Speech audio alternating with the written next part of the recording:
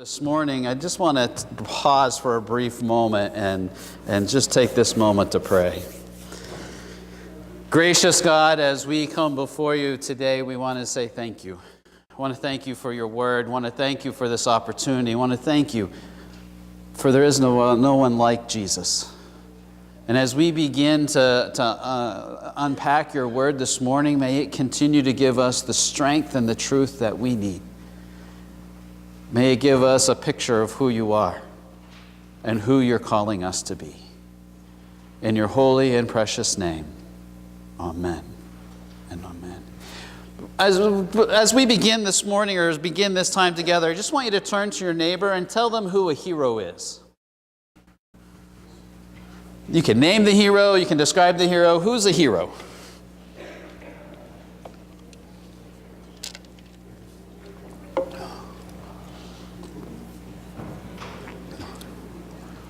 As you have described that hero, now tell that person what an everyday person is. Who's an everyday person?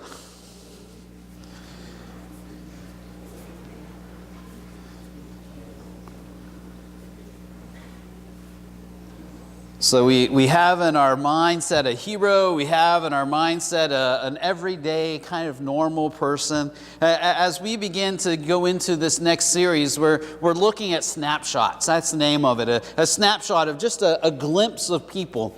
And as we look at the different people we're going to see, they're not our typical biblical heroes. They're not the Moses who led the people out of Egypt and saw the glory of God in a burning bush and had the 10 Commandments in his hands. It's not David who went out with a slingshot and took down a giant. It's not those big characters that we see. But we're going to begin to delve into some of normal people. Although today's not quite a normal person, but she sounds like a normal person. She looks like a normal person. Well, no, she doesn't. She acts like a normal person. We're gonna talk about Esther today, and Esther is this young lady whose parents have died. She's been raised by her uncle, and as she's being raised by her uncle, she becomes this beautiful young lady. And as the king of the land, who they're the people at this time, the Jewish people, the Israelites, the people of God, are now in a foreign land. They've been conquered and they've become slaves and they just are living away from home. And Esther is this woman who comes in. The king doesn't like his current queen. She disobeys him, so he banishes her and says he needs a new queen. And so they have a beauty pageant to figure out the next queen. And Esther wins. Esther becomes the next queen. So it kind of sounds like that Disney movie. You know, you're born into some of the different places of life and different stages of life, and then all of a sudden the beauty comes out and she's elevated into this high position. And as we look at our scripture this morning, it's Esther chapter 4, verses 10 through 17. It's in your worship folder, also be on the screen behind me. Will you join me in reading this morning? Then she instructed him to say to Mordecai, "All the king's officials and the people of the royal provinces know that for any man or woman who approaches the king in the inner court without being summoned, the king has but one law, that they be put to death, unless the king extends the gold scepter to them and spares their lives. But 30 days have passed since I was called to go to the king." When Esther's words were reported to Mordecai, he sent back his answer. There we go, that's because you are in the king's house, you alone will escape. For if you remain silent at this time, relief and deliverance for the Jews will arise from another place. But you and your families will perish. And who knows but that you have come to your royal position for such a time as this? Then Esther sent this reply to Mordecai. Go gather together all the Jews who are in Susa and fast for me. Do not eat or drink for 3 days, night or day. I and my attendants will fast as you do, and when this is done, I will go to the king, even though it is against the law. And if I perish, I perish." So Mordecai went away and carried out all of Esther's instructions. See, this Esther was not a typical hero. She wasn't one who had done something courageous. She wasn't one who had done anything different in her life. She just happened by the grace of God to be chosen to become queen. She had that natural beauty within her, that natural beauty that surrounded her. And she was told by Mordecai, who raised her, her uncle, not to speak about her faith. And in fact, if you look through the book of Esther, I encourage you to read it. It's only 7 chapters, maybe 4 or 5 pages long. You're not going to have a mention of God in it. There's innuendo, there's hints, but God's name isn't used. There's no great voice that comes down. There's no finagling or working of different things. There's just this story of Esther. And as Esther is in the king's presence, she knows that she's not allowed to look any worse. She can't be having sad face. She can't be struggling. She has to have this appearance that she has it all together, appearance that says that everything is good. Does that kind of feel familiar? I mean, we may not have won a beauty pageant, but we still put on that appearance that everything is fine. And Esther is just living her life like everything's fine. There's no big deal. There's nothing harmful coming down the road. That life is just smooth. And then all of a sudden there's this edict. There's this law that has come out. The king has said, one of his advisors, one of his favorite advisors, does not like people that are different than him. And so he urges the king to write this law that if you love me, king, that you'll create this law that we can kill all the people who don't look like us and we can take all their property. And the king says, what do I care? I have all the property. If that's what you want to do, sure, go for it. So he signs this law. And then the people who the advisor doesn't like is the people that Esther is related to. Actually, if you read the story, it's Mordecai that he really despises. Mordecai is the one he wrote this law against. Mordecai is the one who has, unbeknownst to Mordecai, has offended this advisor. And so he sets this up. Sounds like a movie, doesn't it? But this was before any movies were even created or thought of. Mordecai is struggling and he can't come into the presence of the king. He can't come into the throne. He can't come into the castle or to the palace because he is mourning. He is sad. He is grieving. He wears the grieving clothes. He's just distraught.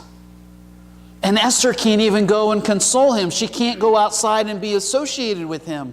But this is the one who raised her. This is the one who guided her, who gave her all the wisdom she needed, the one that continued to speak into her life.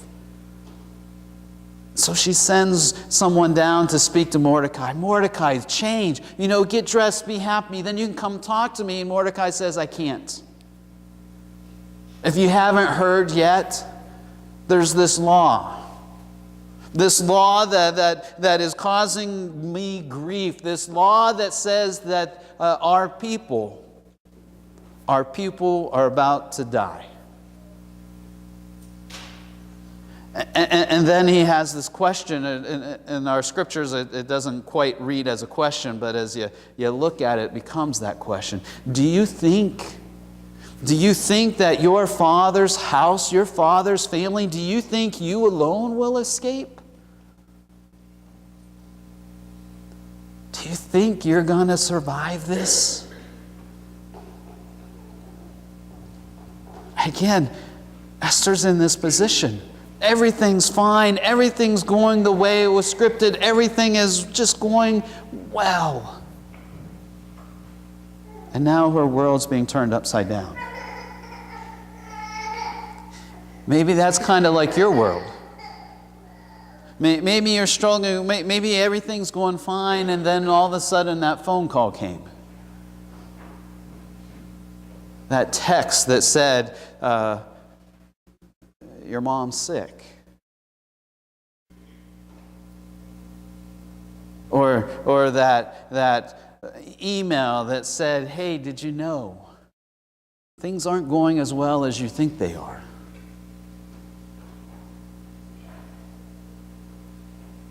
Or that phone call that said, your uncle had a heart attack. Your favorite uncle.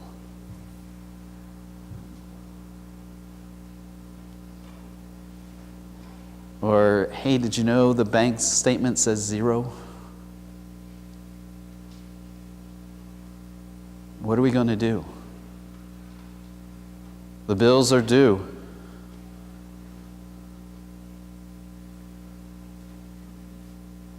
Or maybe those words that you said or you heard, I don't love you anymore. And all of a sudden that world turns upside down. And that happy face that you've put on the exterior, the happy face that you continue to put out there just doesn't have meaning behind it anymore.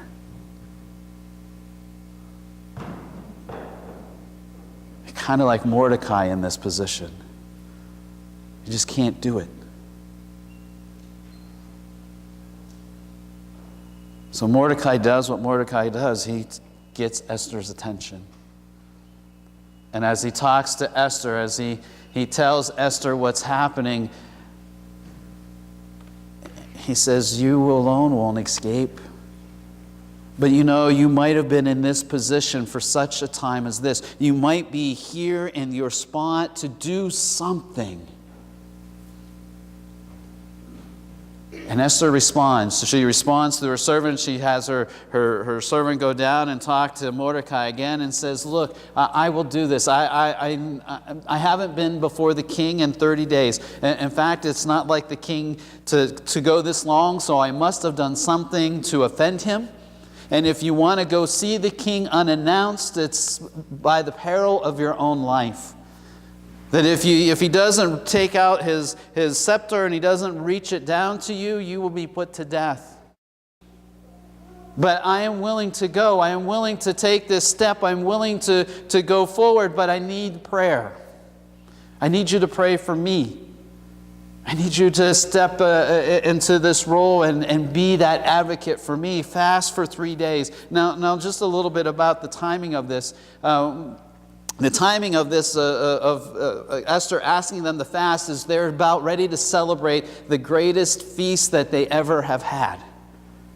See, in the Jewish faith, Passover is a very, very important meal, very, very important place in their religious life. Passover is when they were brought out of Egypt, and when they celebrate that moment, they celebrate God's angel passing over them. And that sacrificial lamb that was made, and that sacrificial lamb, and all their possessions that they took with them, and they left Egypt into freedom. And Esther is asking them to fast during this important holiday. It's kind of like, for us, it's kind of like, if we're going to think we just had to celebrate Christmas. So it's like having Christmas but not being able to open up your presents for 3 days afterwards. Yeah, I knew Liam would catch that one. So not having to open up your presents on the 25th, but having to wait till the 28th. To begin this celebration. This is how big of a deal it was for Esther. This was the important thing that she was coming in to say. And she said, I need someone to pray with me. Not only will you do it, not only will the people you're friends with, but I will do it, and my servants will do it with me. And we will fast for these 3 days, and it'll be what it will be. That we gave it our best.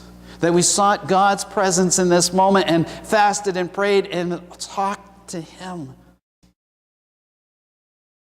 See, as Mordecai's world's being turned upside down, as Esther's world's being turned upside down, she knows that she needs someone to stand in her corner.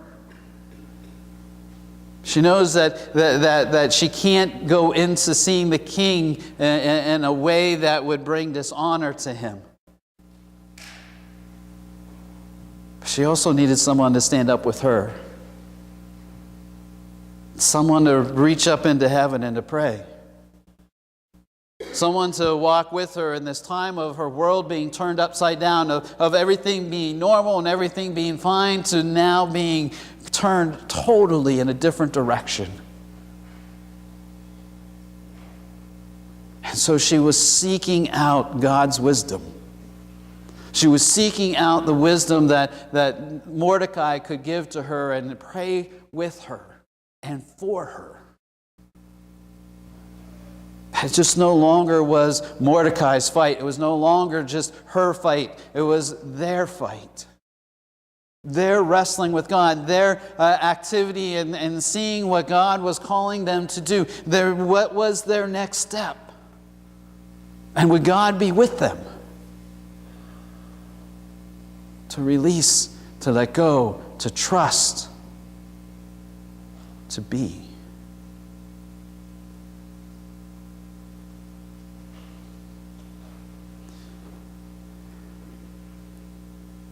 As disciples of Jesus,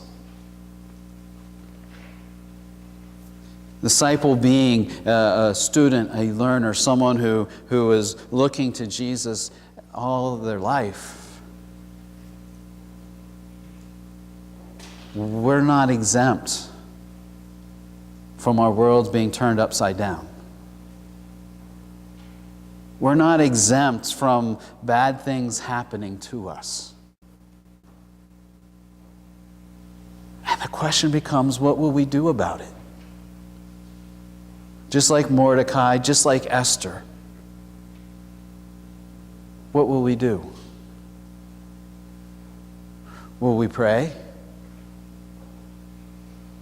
And this is where our Western thought process, our United States thought process, our Northwestern Pennsylvania thought process, our McKean County thought process of being on my own and I can do it by myself gets us in trouble.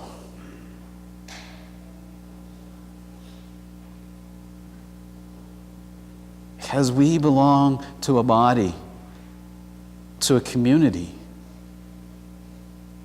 We belong together.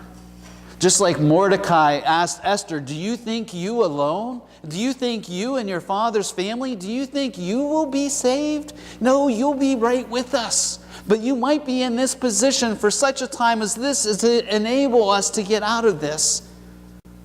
But I don't know that. Just like when we wrestle with things that are going on within us and we're not able to share them. We're not able to ask other people. I'm guilty just as much as you are. Just as much as you are. Over the Christmas break, we had a health scare with my dad. Just wasn't acting like himself. And we were in Kentucky. And I thought about it. Maybe I should send an email up and ask for prayer. Then I thought, nah, I can do it. Kind of being Esther at that moment. I can do it on my own. Dad will be okay. I'm still waiting to hear back from the results. But you've been in that same boat too, haven't you? I don't need to tell someone about that. It'll go away. But what I do know about you and know about where we are is that you would pray. That you would take that before God and intercede on my dad's behalf if you knew. And if you think about it, There are people all around you who are asking you to pray without really asking you to pray. There are situations you know. There are things that have turned someone's world upside down. And you may be that person for them today. You might be the one who is going to pray for them. It's going to intercede on their behalf. It's going to say, you don't have to go through this alone. I will continue to be here. You don't have to struggle by yourself.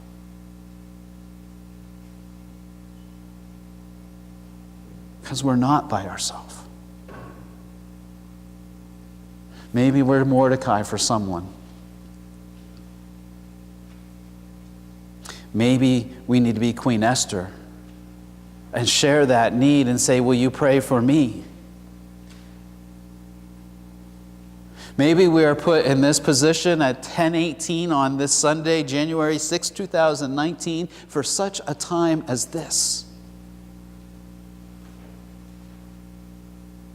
To share our heart and to pray for someone else's heart. I think that's what it is to be a disciple. I was reading recently where and they were talking about being here, being in church, and being a disciple. They were two different things. Not just arriving and being here, but living it out. And as we talk about disciple, we talk about a person who prays, who's here, who gives, who witnesses their faith, who serves out of love.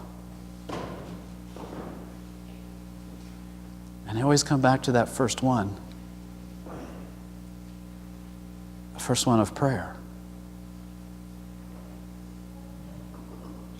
Prayer of interceding and speaking on someone's behalf. Prayer doesn't have to be long. Prayer doesn't have to be difficult. Prayer is speaking to God. And as we speak to God, as we share with God, as we take that time to be with God, we begin to see what's going on. And we begin to hear what God's calling us to do. In your worship folder, you're probably wondering what these are. These little index cards. It says, I will pray for, and then there's 6 yellow Post-it pads. 6 because we counted them. 6. What I'm going to ask you to do is I will pray for. Put someone's name down. Put a situation down. Put something that you're going to pray for. And when we take communion here in a few moments, put this on the altar. Because this is your public commitment saying, I will pray for. And then on these yellow Post-it pads, there's 6 of them. There's 6 for a reason. 1 for each day. Put that name, put that situation, put that circumstance on those 6 pieces of those 6 Post-it pads. And then post them either in your car, in your bathroom, around your house, in your favorite book. Post them. Post them a place where you will pray. Then when you see that name, it'll jog that memory. Oh yeah, I made that commitment to pray for this person. That I made that commitment to speak to that person. I made that commitment to intercede on their behalf.